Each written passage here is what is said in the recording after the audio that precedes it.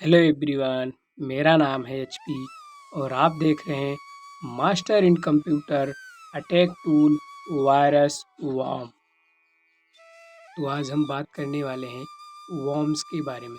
तो वॉर्म्स क्या है? कंप्यूटर वॉर्म्स एक stand alone malware computer program है जो अन्य कंप्यूटर में फैलाने के लिए अपनी प्रकृति बनाता है। यह स्वयं को फैलाने के लिए अक्सर कंप्यूटर नेटवर्क का उपयोग करता है। लक्ष्य कंप्यूटर तक पहुंचने के लिए सुरक्षा विफलताओं पर निर्भर करता है। यह इस मशीन का उपयोग अन्य कंप्यूटरों का स्कैन करने के लिए और संक्रमित करने के लिए एक होस्ट के रूप में काम करेगा।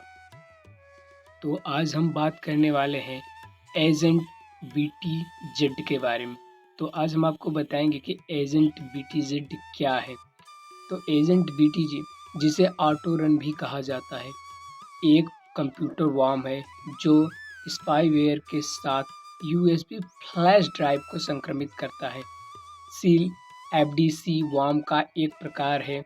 इसका उपयोग 2008 में अमेरिकी सेना पर बड़े पैमाने पर साइबर हमले किए गया था, जिससे 3 लाख कंप्यूटर संक्रमित हो गए थे।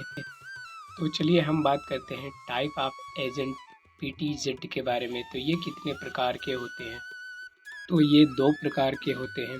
पहला W32 auto run worm DWMCA फी और दूसरा होता है worm W32 agent BTZ app secure.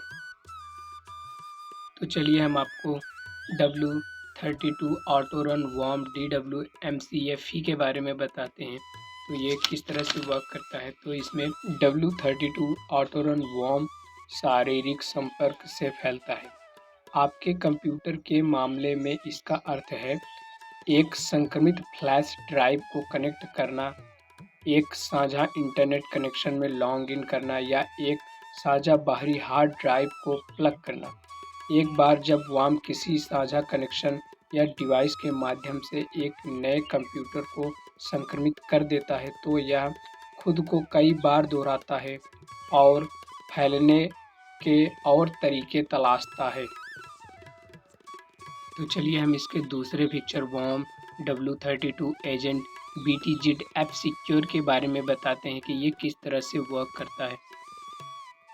W32 agent BTZ worm computer program है जो खुद को अन्य सिस्टम के कॉपी करके स्वतंत्र रूप से दोहराता है।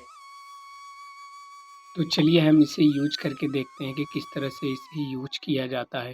चलिए एजेंट BTZ को आपको सीरियल नंबर से आपको बताते हैं कि पहला जो होता है इसका डोमेन जो होता है वो इंटर प्रोसेस होता है और जो इसकी आईडी होती है I1560 एंड .003 होता है। जो इसका नाम होता है वो एक एकत्रित डेटा को संग्रहित करें और कस्टम विधि के माध्यम से संग्रहित करें, ये इसका डेटा होता है। और इसको यूज करने के लिए जो आपको यूज करने की विधि है वो है एजेंट BTZ सिस्टम जानकारी को XOR एनकोडेड से अधिक XML फाइल में सहेजता है। ये इसका कस्टम विधि है जिसे आप इसे यूज कर सकते हैं। इसमें 5 टाइप के यूजेस होते हैं। तो चलिए हम एक एक करके पाँचों को समझते हैं किसी तरह से इसे यूज किया जाता है। तो इसका जो दूसरा यूजेस है वो भी इंटर प्रोसेस है डोमेन उसका, और उसकी आईडी है T1052.001 है और इसका नाम जो है वो भौतिक माध्यम पर निष्कासन है और USB पर निष्कासन है। तो इसके जो यूज है वो क्या है कि एजेंट BTZ पीड़ित से जुड़े सभी USB फ्लैश ड्राइव पर थंब नामक एक फाइल बनाता है। इस फाइल में संक्रमित सिस्टम और गतिविधि लॉग के बारे में जानकारी है।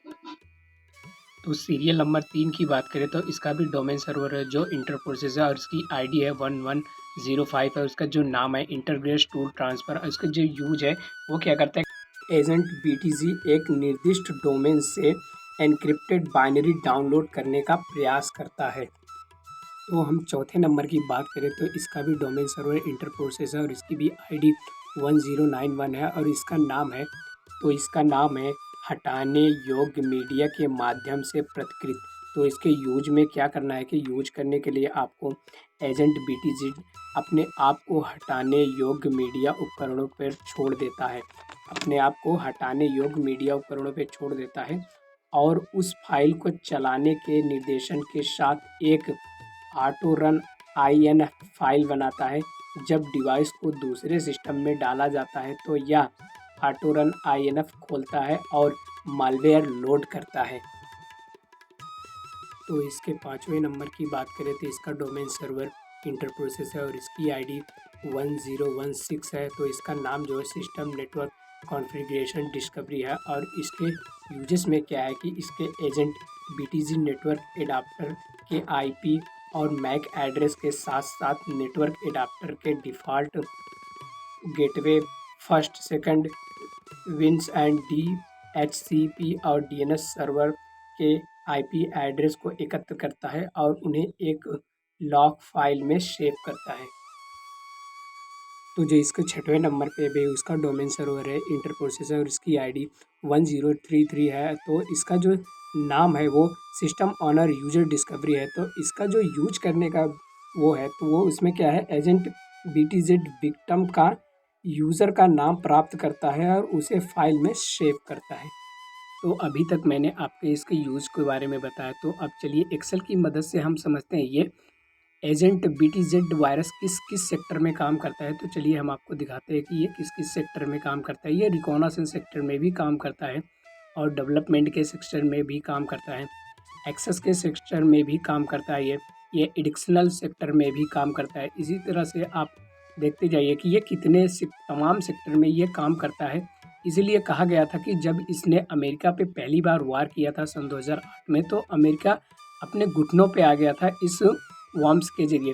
तो आपको भी पता होना चाहिए कि वॉर्म्स क्या है। तो वॉर्म्स को हम एक ऐसे हिसाब से समझते हैं कि वॉर्म्स को एक कीड़े मकोड़े की तरह समझते हैं, लेकिन ये एक कीड़ा मकोड़ा भी जिस तरह से आम जिंदगी में पावरफुल हो जाता है या डेंजरस हो जाता है, इसी तरह से कंप्यूटर सिस्टम में भी ये डेंजरस हो जाता है। तो उस समय में अमेरिका को घुटने पे लाने के लिए इस वायरस ने बहुत मदद की थी। तो पूरी तरह से अमेरिका को इसने ध्वस्त कर दिया था अपने इस वायरस। तो ये कई सेक्टर में काम करता है जिससे लोग इससे बच ही नहीं सकते। अगर जिस भी सेक्टर में इसे यूज करते हैं तो ये बच ही नहीं सकते कि ये इस सेक्टर में काम करता है एजेंट BTZ वायरस।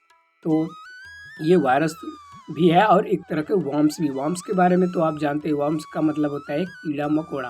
तो कंप्यूटरी कीड़ा मकोड़ा ही कभी कभी बहुत ही खतरनाक एक्सेस बन जाता है। तो हैकिंग की दुनिया का ये बेताज बादशाह एजेंट BTZ है और इसे हैकर लोग काफ़ी पावरफुल से यूज करते हैं, जिसके यूज़ से किसी की भी इंफॉर्मेशन आप चुरा सकते हैं या फिर किसी भी सिस्टम को आप इसके थ्रू हैक कर सकते हैं। बस इसे एक बार किसी के सिस्टम में एक्टिवेट कर दो, फिर ये अपने आप से ही ये पूरा आपका जानकारी देना शुरू कर देगा कि उसके सिस्टम में क्या क्या है और ये क्या क्या वर्क करता है और क्या क्या इसके पास मालवेयर्स या क्या क्या जितने भी टाइप्स के उसके पास सेफ्ट वे होंगे तो वो सब इंफॉर्मेशन आपको ये दे देगा। तो ये एक बहुत ही बूटिंग सेक्टर का वायरस है और ये इस वॉर्म को आप कभी भी यूज करने से पहले एक बार ज़रूर सोच लें कि वो यूज करने लायक है कि या नहीं है। नहीं तो आप इसका यूज गलत तरीक़ों से प्लीज़ भी मत करना, क्योंकि ये वायरस बहुत ही खतरनाक है। तो